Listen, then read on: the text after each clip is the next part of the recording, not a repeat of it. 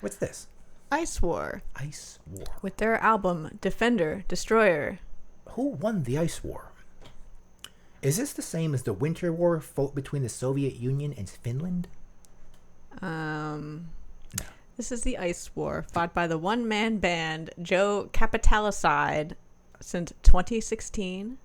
This is a Fighting the Ice War. heavy metal, speed metal band. Let's take a look at Joe here. Joe Capitalicide. How goes the Ice War against the Rebel Alliance? Let's take a look at Joe.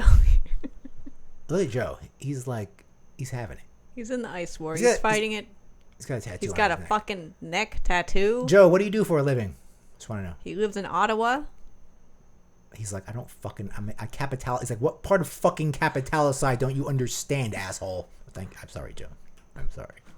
We don't know if he's mean or angry. I'm like, what do you do? How do you get what job do you work with a tattoo on your neck? That's what I'm All right. I'm from corporate America, I'm wondering what you do. How you got through a job interview with that?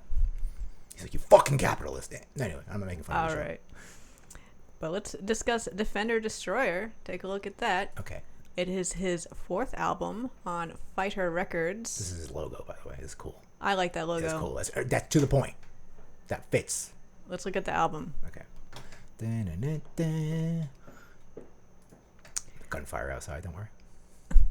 And again, this is his 4th album on Fighter Records. Label mates with Greyhawk, who we discussed the other week. Yeah. Power metal band. Anyway. These guys are better than Greyhawk. This guy is better than Greyhawk. What kind of music is this? As Metal Archives has him as speed metal, heavy metal. I largely agree. Mm-hmm. But he's not, he's not getting all the way into like true to form, uncreative, because he's mixing a lot of very punk elements. This guy really loves Paul Di'Anno Maiden, I would say, where it was like... Yeah, there's a lot of influence. Extreme punk elements, but he takes it even further, I would say.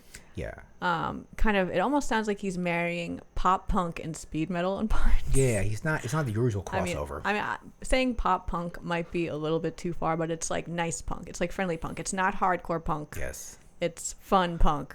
Yeah, it's not like the way like some of the DRI kind of makes music. I recommend tracks like Soldiers of Frost and Skull and Crossbones if you want to see what I'm talking about on this. Yeah, this thing is good. One man. This is a one-man band as per Metal Archives. Always impressive when one man Apparently it used to be a two-man band under a different name, but... The other guy have a fight with him? I don't know. He lost and he's a fallen Mr. Capitalicide in the Ice War. Oh, brother, you have fallen. I'm trying to sing Manowar lyrics when it's on that song where his friend dies. And he goes, that one? It's on the first album. I would sing it if I remembered it. I've listened to Manowar in a while. You have any comments on this musical style here? Yeah, this punk rock crossover it's like punk rock crossover, but like punk, but like I said, not like the way like DRI kind of like music crossover, that's sort of like hardcore music. This is actual punk rock mixing. It's almost like like the early Iron Maiden albums when Iron Maiden wasn't sure, or where people weren't sure if Iron Maiden was punk or metal. Iron Maiden knew they were metal, but a lot of people were like, this is punk rock, right? And not until Bruce Dickinson got there was it like truly like a metal sound. But it's doing a much more hard, much more edge than Iron Maiden. I'm not saying you're better than Iron Maiden, sorry, but it's with like Manowar like lyrics, like not as like not to the level of Manowar's tackiness. I'm not disrespecting Manowar. I'm just saying this guy's not tacky at all with the lyrics. He's more, just they fit more in a punk rock song. Whereas I don't think you can ever have Manowar lyrics fit in a punk rock song. I don't know if anyone wants to try that.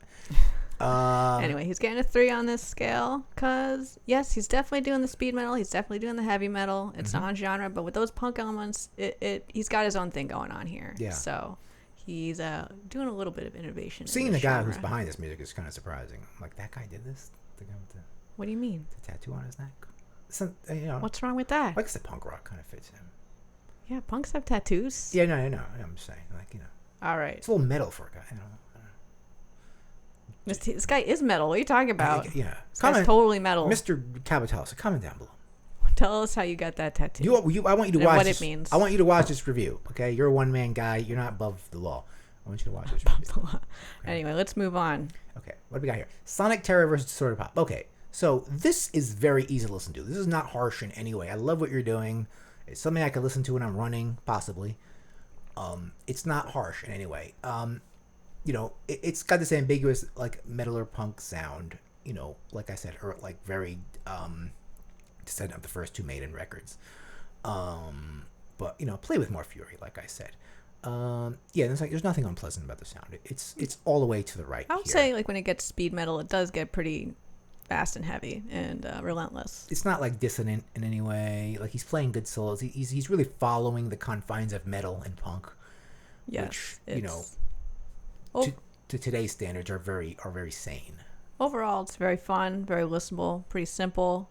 Yeah. And yeah, some of those choruses are very catchy and memorable. Yeah, he's got melodies. You'll find yourself humming these songs later. He did the impossible. He made melodies with very little effort. Okay, we don't know if that is no effort. I mean, he took a long time. No, I think he just did it because he's talented. He's actually talented. There's a lot of people that just don't understand the concept of melody, like myself, who just can't make one. But this guy did. And, all right. It's good. Discussing the production values on this thing, we're very balanced middle of the road here. Mm-hmm. It's a retro style for sure. He's obviously going for a very retro 80s sound. Mm-hmm. You can hear everything well, and it's kind of like the high end of DIY, I would say. DIY. Do yourself it. Do yourself it. And yeah, I think it's very tasteful. It's good. It's good. And yeah, good job. Not too many notes on that. No, not too many notes.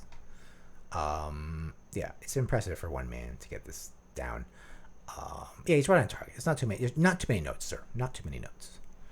And yeah, like I said, our scales don't like mean good or bad, but too many notes to me is like, man, got too many notes, man. Are you saying that's bad? I like too many notes. I don't like too many notes. Anyway, I think maybe this guy is more like a 3. I don't know. We can fight. You don't have too many notes. Your music is good. The speed metal has a lot of notes. But okay, having a lot of notes. Slayer has a lot of notes because they have a lot of zeros. Doesn't mean you have too many notes. Because there's still one. It's still the same note.